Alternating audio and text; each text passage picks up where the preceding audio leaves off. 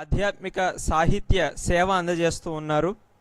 వారు తెలంగాణ గిరిజన సంక్షేమ గురుకుల విద్యాలయాల్లో తెలుగు ఉపాధ్యాయునిగా చేసి పదవీ విరమణ పొందిన తర్వాత భావనా ప్రియ అనేటువంటి సాహితీ సంస్థను నెలకొల్పి ఎంతోమంది సుమారు 500 మందికి పైగా కవిత్వం తెలియనటువంటి వారి అందరికీ కూడా కవిత్వాన్ని నేర్పించి సాహితీ రంగంలో వారిని ప్రవేశింపజేసి అవధానులుగా తీర్చిదిద్దుతూ ఎంతో గొప్ప కవులుగా రచయితలుగా తీర్చిదిద్దుతున్నటువంటి గురువులు శ్రీ నల్లాన్ చక్రవర్తుల శ్రీరామ చక్రవర్తి గారు. వారిని ఎంతో సగౌరవంగా మన పీఠం యొక్క విషయాలు తెలియజేసి ఈ పీఠానికి ఆహ్వానించిన వెంటనే మన ఆహ్వానాన్ని మన్నించి మహాకవి డాక్టర్ ఉమరాలీ షా వారి సాహిత్యాన్ని వారు కూడా పఠించి ఎంతో అద్భుతంగా ఉన్నాయని పద్యాలని ఎంతో ప్రశంసించారు. వారిని శ్రీ విశ్వవిజ్ఞాన విద్య ఆధ్యాత్మిక పీఠం పక్షాన వారికి సాదర స్వాగతం తెలియజేస్తూ ఉన్నాము. వారు 30కి పైగా గ్రంథాలు రచించారు. ఇంకా 20కి పైగా గ్రంథాలు అముద్రితంగానే ఉన్నప్పటికీ కూడా మొన్ననే భద్రాచలంలో ఒక 5 రోజుల పాటు సాహితీ సభలు నిర్వహించి ఎంతో విశేషమైనటువంటి సాహితీ సేవ చేస్తున్నారు.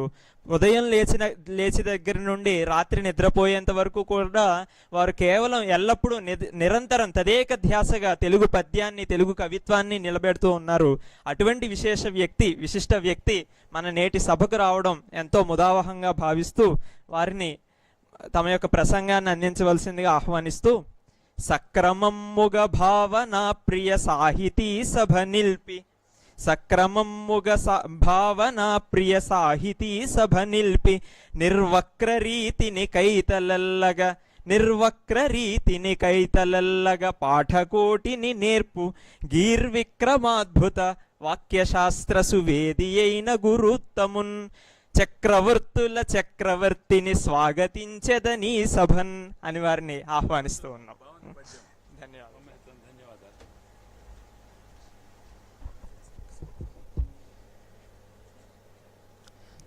కొంచెం చూడాలి.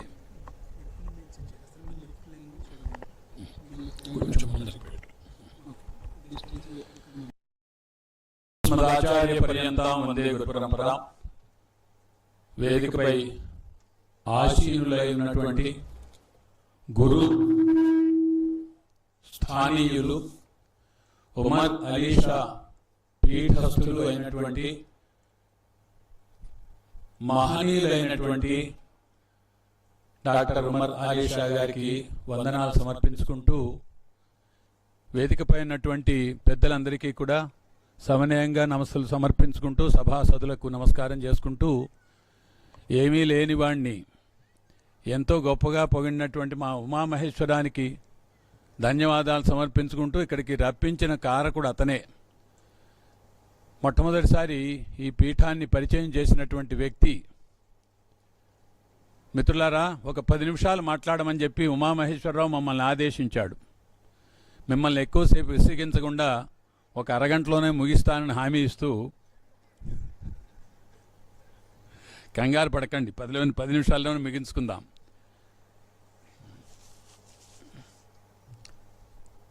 విశ్వవిజ్ఞాన ఆధ్యాత్మిక విశ్వవిద్యాలయం. అసలు ఈ ప్రకృతి అంతా కూడా విశ్వముఖ విద్యాలయము, ప్రకృతి ఒక పరిశోధనాలయము, విశ్వముఖ విద్యాలయము. ఈ విశ్వం అంతా కూడా ఒక విద్యాలయమే. ప్రకృతోక పరిశోధనాలయము, విశ్వముఖ. ఈ ప్రకృతి అంతా కూడా పరిశోధనాలయం. ఈ విశ్వవిద్యాలయంలో మహనీయులైనటువంటి ఎందరో పుట్టి పీఠాలు స్థాపించి మానవ జీవితాన్ని మానవ గమనాన్ని కూడా అటు ఇటు పోకుండా గట్లు కట్టి, ఒక ప్రవాహం పోతూ ఉంటే అటు ఇటు చెదరకుండా గట్లు ఎట్లా కడతారో ఇట్లాంటి పీఠస్థులంతా కలిసి అక్కడక్కడక్కడక్కడ వెలసి మన మానవ జీవనాన్ని అటు ఇటు పోకుండా కూడా గట్లు కట్టినట్టుగా ఆధ్యాత్మిక ప్రబోధాలు చేస్తూ మానవ జీవన గమనాన్ని సక్రమ మార్గంలో ఉండేట్టుగా తీర్చిదిద్దుతున్నారు.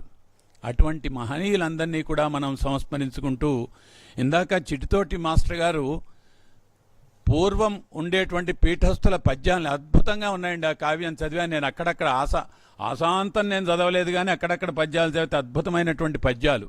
వారు శతావధాని అని అద్భుతమైనటువంటి కావ్యాలు రాశారని తర్వాత నేను ఉమామహేశ్వర ద్వారా కానీ మా చిటితోటి వారి గారి ద్వారా కానీ తెలుసుకున్నా నేను.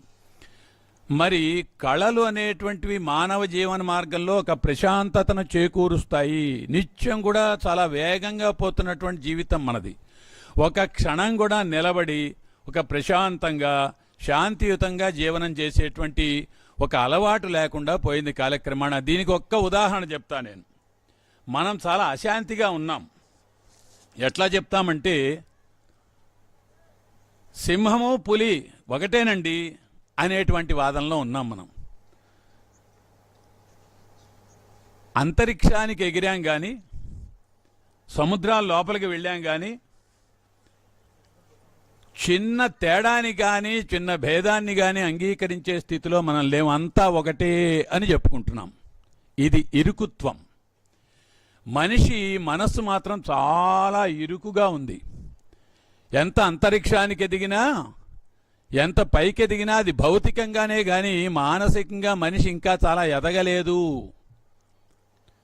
అని అన్ని తత్వాల్లో ఒకటేనండి అంటారు. ఇప్పుడు నేను ఉమామహేశ్వరం ఒకటే అవుతామా?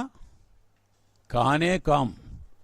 మాలో ఉండేటువంటి దైవశక్తి ఏదో ఉంటే ఉండొచ్చు, అది వేరే విషయం. కానీ దైవశక్తి మాలో ఉంది కాబట్టి ఉమామహేశ్వరం ఒకటే, నేను ఒకటే, చిటితోటి విజయ్ కుమార్ గారు ఒకటే అనడానికి వీల్లే. ఇది సృష్టి చేసినటువంటి భగవంతుడి తీర్మానం. ఎందుకని మనం ఇట్లా అంటున్నాం అంటే, ఇంకొకటి సహించే ఇది లేకుండా మనం ఇలా తయారు చేసుకున్నాం. నాయన ఉమామహేశ్వరం, సూఫీ తత్వం అంటే ఏమిటి ఒక వాక్యంలో చెప్పు అన్న. వస్తున్నప్పుడు కారు వారిది. ఏమన్నాడు ఉమామహేశ్వరం తెలుసా? వెంటనే పాప అడుగుతా అనుకోలేదు కదా, నిష్కల్మషమైన ప్రేమ అండి అన్నాడు. అంటే అప్పుడు నాకు ఆలోచన ఏం ప్రారంభమైందంటే, ఓహో, కల్మషమైన ప్రేమ అంటూ ఒకటి ఉంటుందన్నమాట అని నాకు ఆలోచన వచ్చింది. నిష్కల్మషమైన ప్రేమ ఏమిటి? అసలు ప్రేమ అంటేనే నిష్కల్మషమైన తల్లి ప్రేమ అంటామా ఎవరైనా మనం? అంటే తల్లి ప్రేమలో ఏదో అంటుందన్నమాట అని ఉంటుందా? అలా ఉండదు. కానీ మనం ఏం చేస్తున్నాం, ప్రేమ అన్నదాన్ని ఒక రూఢి అర్థంలో తీసేసుకుని దాంట్లో మళ్ళీ కల్మషం నిష్కల్మషం అని రెండు పెట్టుకున్నాం అనమాట. ఏబిసి గ్రేడ్లు. కుళ్ళు ప్రేమ, మంచి ప్రేమ, స్టిక్కరింగు, లేబుల్స్ అనమాట. అలా ఉండదు. ఇదే మనిషి ఇరుకుత్వానికి నిదర్శనం. మనిషి ఆలోచన ఇరుకైపోందనడానికి ఇదే నిదర్శనం అనమాట. అంటే మనం ప్రేమలో కూడా మంచి చెడ్డ చూస్తున్నాం. మంచి మనిషి అంటాం. ఇదేమిటండి మంచి మనిషి ఏమిటండి? మనిషి ఒక్కడే ఉంటాడు కదా. మానవత్వం అనేదానికి కొన్ని లక్షణాలు ఉంటాయి. ఆ మానవత్వం అనేటువంటి లక్షణాల్లో ఉన్నవాడే మనిషి కదా. మళ్ళీ ఈ మానవత్వం అనే ఒక కవర్ వేసుకున్నటువంటి మనిషిలో మంచి చెడు ఉండాలా? వాణ్ణి మనిషి అందామా? అలాంటి వాణ్ణి మనిషి అందామా? గుర్తిస్తామా మనం? అంటే మనం మనిషి అన్నదానికి ఏం చేశాం, ఒక కాలు, ఓ కాళ్ళు, ఏదో చేతులు, ముక్కు, చెవి, కన్ను ఉంటే వాడిని మనిషి అనుకుంటాం. భౌతిక స్వరూపానికి మనిషి అన్న వాడిని పరిమితం చేసి వాడి గుణానికి ఒక సర్టిఫికేషన్ ఇచ్చి వాళ్ళలో ఉండేటువంటి గుణాలకు ఒక సర్టిఫికేట్ ఇచ్చి గ్రేడింగ్ ఇచ్చి మనిషి మంచి మనిషి, చెడు మనిషి, మంచెడ్డ మనిషి, మంచి మనిషి అని అనుకుంటున్నాం అన్నమాట. లోకము ఇలాగ అశాంతిమయంగా తయారైపోయినది. మరి మనిషి పుట్టడానికి చావడానికి ఏమిటండి ఇదంటే, పుట్టినప్పటి నుంచి కూడా మనిషి భగవంతుడిలో లీనం అవ్వడానికే వేదన పడుతూ ఉంటాడు, సంవేదన పడుతూ ఉంటాడు. ఇదే వాడి ప్రయాణం.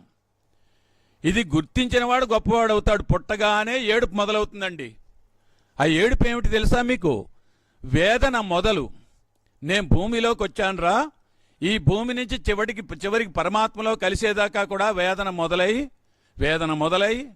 మొదలై ఎదిగి ఆ వేదన పెరిగి చివరికి ఆధ్యాత్మిక పరంగా చూసుకుంటే, తాత్విక పరంగా చూసుకుంటే భగవంతుల్లో లీనం అవుతాం. ఎట్లాగైతే నది పుట్టినప్పటి నుంచి నదీనాం సాగరో గతి గదా, నది పుట్టినప్పటి నుంచి ప్రవహించి మంచిని కలుపుకుని చెడుని కలుపుకుని కొండల్ని దాటి గుట్టల్ని దాటి లోయల్ని దాటి సముద్రంలో కలుస్తుందో, అలాగే మనిషి కూడా పుట్టినప్పటి నుంచి కూడా గమ్యం ఏమిటంటే పరమాత్ముడిలో లీనం కావడం. ఈ పరమాత్ముడిలో లీనమయ్యే మార్గంలో మహనీయులు మహర్షులు అయినటువంటి ఉమర్ అలీషా లాంటి వాళ్ళంతా కూడా జన్మించి కారణ జన్ములుగా జన్మించి మనంతా కూడా మానవులుగా సక్రమ మార్గంలో నడపడానికి పీఠాలు స్థాపించి నడుపుతున్నారు. లేకపోతే మనకంతా కూడా చాలా అయోమయంగా ఉంటుంది. ఇందాక చెప్పానే మీకు గట్లు కట్టడం అని. కాబట్టి ఆధ్యాత్మిక రంగంలో ఉండేటువంటి మహనీయులంతా కూడా ఇలాగ మన్ని తీర్చిదిద్దుతూ మానవుడి గమ్యం సాగరంలో కలవడానికి అనేటువంటి విషయాన్ని తెలియజేస్తూ మన గమ్యాన్ని గుర్తు చేస్తూ మనకి దిక్సూచులుగా నిలిచి మన్ని సక్రమ మార్గంలో నడిపించడానికి నిలవడానికి ఉన్నటువంటి మహనీయ మూర్తులు వీళ్ళంతా కూడా ఈ పీఠాలన్నీ కూడా. కాబట్టి మనం ఇరుక ఆలోచనలోంచి బయటకు వచ్చి ఎట్లయితే భౌతికంగా మనం ఆకాశానికి ఎదిగామో ఆలోచన కూడా ఆకాశమంత ఎత్తు ఎదగాలి. ఎందుకీ ధరణి తలమ్మున ఇరుకువాడలు ఇనుపగోడలు అంటాడు సీనారాయణ రెడ్డి.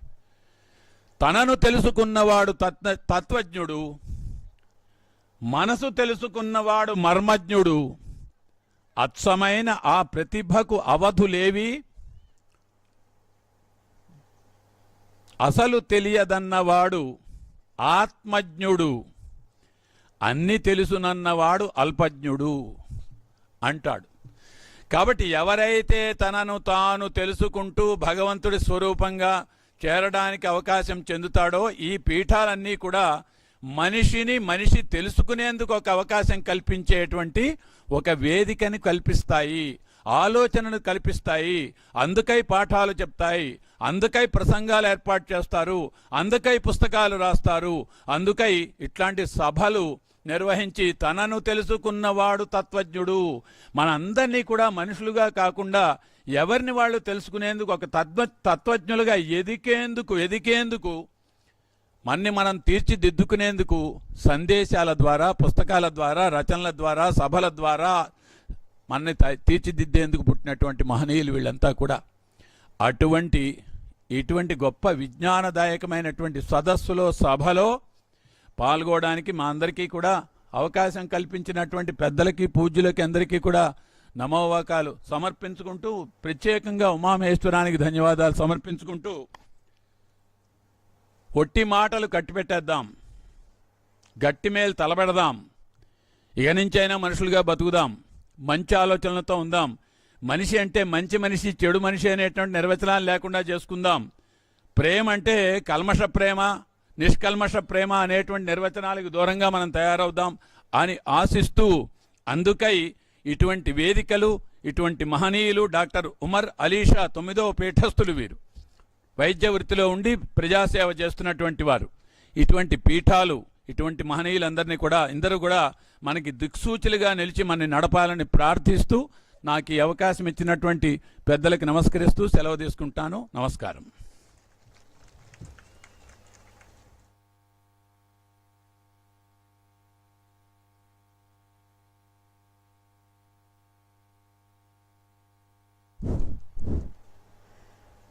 వేదన చెందిన మనిషి గమ్యం ఆధ్యాత్మికత.